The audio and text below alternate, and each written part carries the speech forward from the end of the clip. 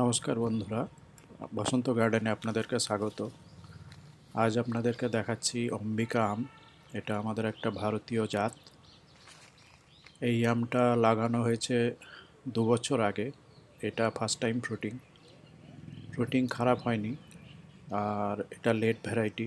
এর কিপিং কোয়ালিটিও যথেষ্ট ভালো। সবগুলো ডালে মুকুল আমরা নিইনি, কেটে দিয়েছি কয়েকটা জাস্ট ঠিকঠাক পাওয়ার জন্যে। আর এইটা হচ্ছে এর অ্যাকচুয়াল কালার। যদিও আমরা হারভেস্ট করেছি একটু আগেই, পুরোপুরি পাকেনি।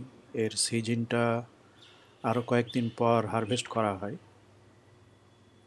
আপনারা দেখতে পাচ্ছেন কালারটা খুব সুন্দর এসছে। যদি সানলাইট চারিদিক থেকে ইকুয়ালি পড়ে তাহলে পুরোটাই লাল হয়ে যায়। আর শেপ সাইজ যথেষ্ট ভালো।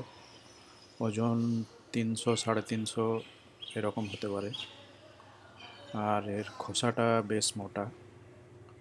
আর ভেতরটা দেখতে পাচ্ছেন পেকে গেলে মোটামুটি কমলা হলুদ, কমলার দিকটা বেশি এরকম হয়ে যায়। আর মিষ্টতা যথেষ্ট ভালো, অনেকটা আম্রপালির মতোই খেতে। ফ্লেভারটা আম্রপালির মতো অনেকটা।